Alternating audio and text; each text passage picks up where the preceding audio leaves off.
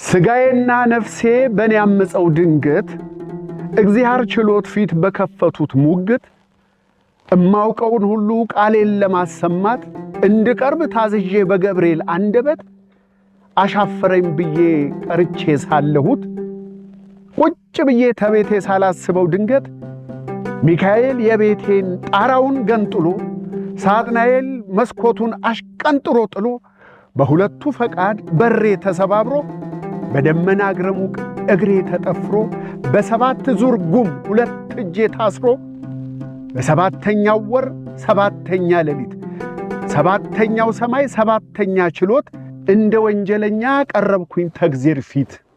ሚካኤል ቀኝ እጄን ሳጥናኤል ግራውን ክንድና ክንዴ ላይ ጨምደው ይዘውኝ ተዚያው ተችሎቱ ሰማይ ላይ ተክለውኝ እንደ ተማከሩ ሁለቱም ባንድ ቃል እግዚአብሔር ይመስገን ይኸውና ቀርቧል አሉና ለእግዚአብሔር ወደ እኔ ጠቁመው በማላውቀው ቋንቋ እርስ በርስ አውርተው ሚካኤል ወደ ቀኝ ያኛው ወደ ግራው እኩል ሰባት እርምጃ ተራምደው ቆሙ በተጠንቀቅ ፊት ለፊቴ ተፋጠው።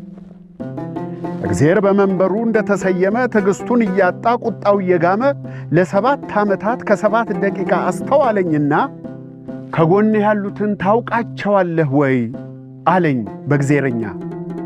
የቶቹን ጌታዬ አልኩት በአማርኛ።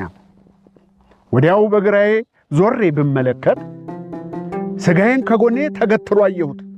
በሆዴ ደንግጬ በስመ አብ ልል ብፈልግ ሆዴን ውስጥ ያጣሁት።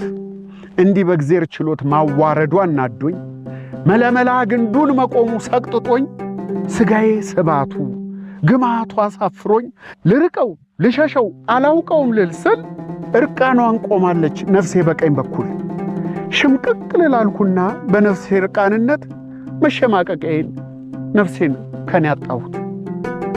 በግራ ሥጋዬ በቀኝ ነፍሴ እኔ መሃል ሆነን ሰባተኛው ሰማይ ሰባተኛው ችሎት የቀረብንበትን ገብርኤል እንዲያስረዳ ጉዳዩን በዝርዝር በችሎቱ ዳኛ ታዘዘ በእግዚአብሔር።